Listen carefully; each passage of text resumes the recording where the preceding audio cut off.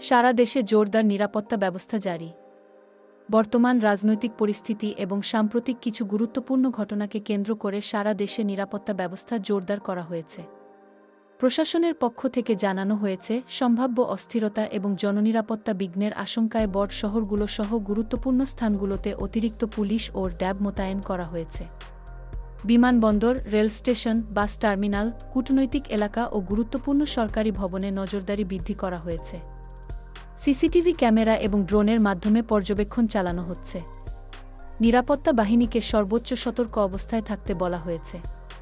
জনগণকে অহেতুক গুজব বা উত্তেজনায় না জড়ানোর আহ্বান জানিয়েছে প্রশাসন। কোনো ধরনের সন্দেহজনক কিছু দেখলে সাথে সাথে আইনশৃঙ্খলা বাহিনীকে জানানোর অনুরোধ করা হয়েছে।